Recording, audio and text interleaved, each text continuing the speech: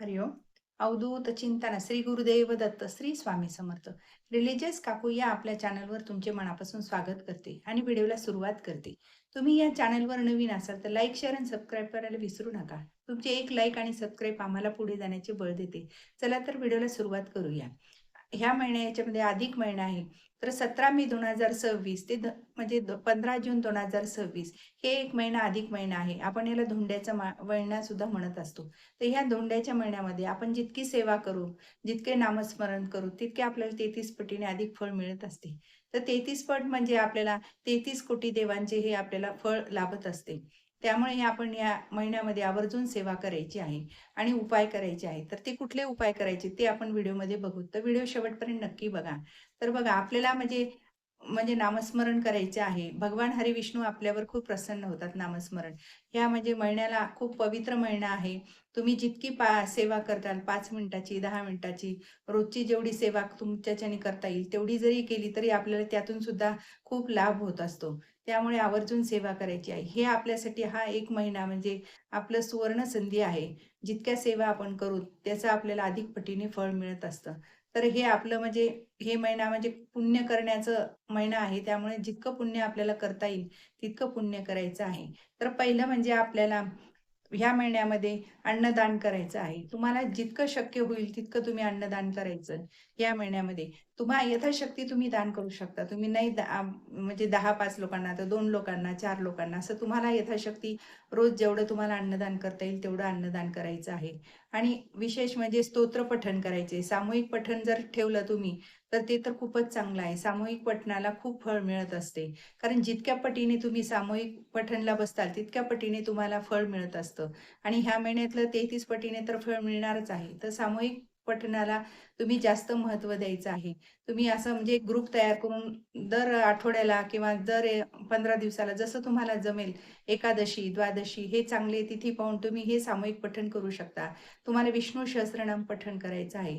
ह्या महिन्यामध्ये तुम्ही जितकं विष्णू सहस्त्रनाम करताल त्याचं आपल्याला चांगलं प्रभुत्व फळ मिळत असतं आणि विष्णू आपल्यावर खूप प्रिय म्हणजे आपल्यावर प्रसन्न होतात आणि आपल्याला भरभरून आशीर्वाद देतात. तर आपल्याला विष्णू सहस्त्रनाम पठण करायचे आहे. आणि आपल्याला रोजचं एक म्हणजे अभिषेक पण करायचा आहे आपल्या बाळकृष्णावर. तर रोज आपण अभिषेक करताना, पूजा करताना आपल्याला ताम्हणात बाळकृष्ण घ्यायचा आहे. ओम नमो भगवते वासुदेवाय, ओम नमो भगवते वासुदेवाय हा मंत्र म्हणून आपल्याला बाळकृष्णावर अभिषेक करायचा आहे. तुम्हाला रोज जर 33 दिवस जर जमला, तर 33 दिवस आपल्याला अभिषेक केल्याचं आपल्याला फळ मिळत असतं. तुम्हाला जसं शक्य होईल तसं. समजा 33 दिवस नाही जमले, तर तुम्ही 2 दिवस, 1 दिवस, द्वादशीला, तर एकादशीला, पौर्णिमेला अशा तिथीला जरी पाहून तुम्ही केलं वेळात वेळ काढून, तरी त्याच्यासाठी आपल्यासाठी खूप चांगलं आहे. तर ही एक छोटी सेवा आहे. आणि देवांना वस्त्रमाळ घालणे. तर देवांना वस्त्रदान केल्याचे आपल्याला 33 दिवस केलं आपण, तर त्याचं सुद्धा आपल्याला फळ मिळत असतं. आणि मग त्याचं शेवटी आपल्याला उद्यापन करायचं आहे. तर शेवटी आपण म्हणजे कोणाला वस्त्रदान करायचे आहे 33 दिवसानंतर.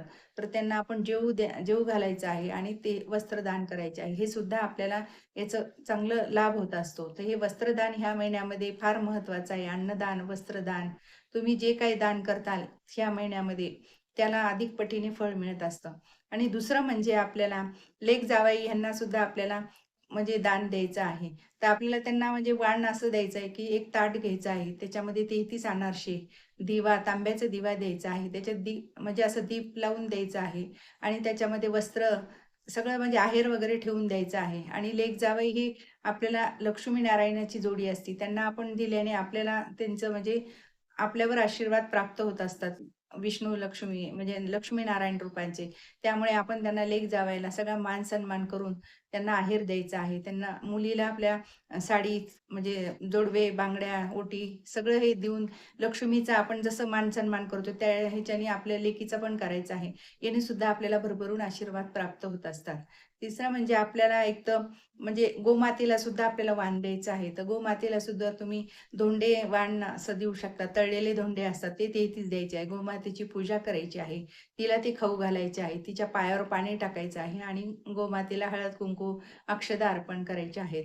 हे सुद्धा आपल्याला खूप म्हणजे पुण्य प्राप्त होत असतं. गाईच्या ह्याच्यामध्ये 33 कोटी देव असतात, तर आपण 33 कोटी देवांना धोंड वाण दिल्याचं आपल्याला फळ मिळत असतं. आणि गंगेला सुद्धा वाण द्यायचं आहे. तर गंगेला तुम्ही 33 प्रकारचे वाण कुठलेही तुमच्या यथाशक्ती तुम्ही देऊ शकता. आणि गंगेची सुद्धा पूजा करायची आहे. तिथं दीप लावून पाण्यामध्ये दिवा सोडायचा आहे. आणि ते समजा साडी अर्पण करायची आहे गंगेला. तुम्हाला शक्य साडी नसली तर तुम्ही ब्लाउज पीस सुद्धा अर्पण करू शकता. आणि तुम्हाला असं रोजच म्हणजे गंगेला जमणं शक्य नसेल, तर तुम्ही एखादे दिवस द्वादशीला समजा पौर्णिमेला असं गंगेला जाऊन तुम्ही पूजा वाण करू शकता ही. ह्यानी सुद्धा आपल्याला गंगा माता आपल्यावर प्रसन्न होती आणि आपल्यावर खूप आशीर्वाद धरते. तर हे सुद्धा एक गंगेचं वाण द्यायचं आहे. आणि आपल्या घरात तर आपण देवाला वाण आधी पहिले देवाला वाण देतोच आहे. तर रोज तुम्हाला जितके दिवस 33 दिवसातून जितके दिवस शक्य होईल तितके दिवस तुम्ही देवाला वाण द्यायचे आहे. कारण हा महिना म्हणजे आपला हा अधिक महिना आपल्याला अधिक पुण्य कमवण्याचा महिना आहे. तुम्ही जितके दिवस करताल तितके आपल्याला अधिक पुण्य आपल्याला प्राप्त होईल. आणि आपण आपल्या पदरात पाडून घ्यायचे आहे हे पुण्य. ही सुवर्ण संधी आहे आपल्यासाठी. तर ही संधी तुम्ही सोडू नका. आणि आपल्याला म्हणजे हे असं केल्याने आपल्या घरामध्ये सकारात्मक वातावरण तयार होते. नकारात्मक वातावरण निघून जाते. आपल्या घरातील सगळ्याची प्रगती जी थांबलेली असते, ती म्हणजे प्रगती सुरुवात होते आणि थांबत नाही. प्रगती आपली उंचावर जाते. तर तुम्ही हे असे प्रकार घरामध्ये वाण देण्याचे सामूहिक पठण आहे, स्तोत्र पठण आहे.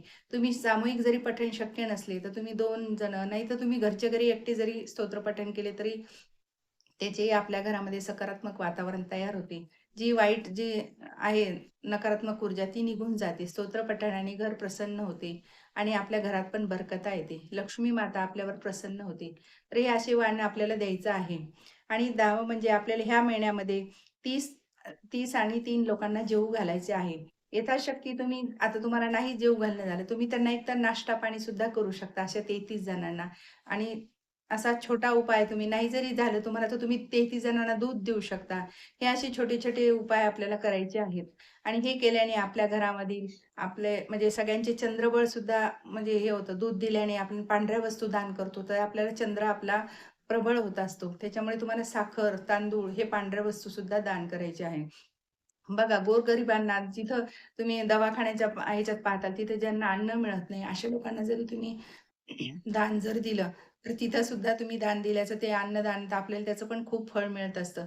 कारण ज्यांना काहीच असं जेवायला मिळत नाही, त्यांचे आपल्याला भरभरून आशीर्वाद प्राप्त होत असतात.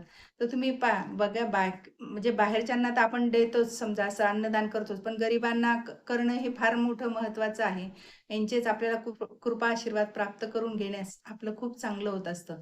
त्याच्यामुळे तुम्ही जितके गोरगरीब समजा अनाथ आश्रमामध्ये जर तुम्ही दिले 33 जणांना, तर त्याचे आपल्याला खूप कृपा आशीर्वाद खूप चांगल्या प्रकारे प्राप्त होत असतात. तुम्ही गोरगरिबांना तिथं द्या, चप्पल दान करा, वस्त्र दान करा.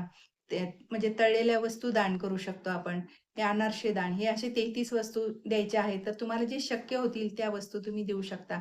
पण शक्यतो तुम्ही असं अनाथ आश्रमामध्ये, दवाखान्यामध्ये असं जर 33 जणांना दिलं, तर त्याचे तुम्हाला इतका भरभरून आशीर्वाद मिळेल.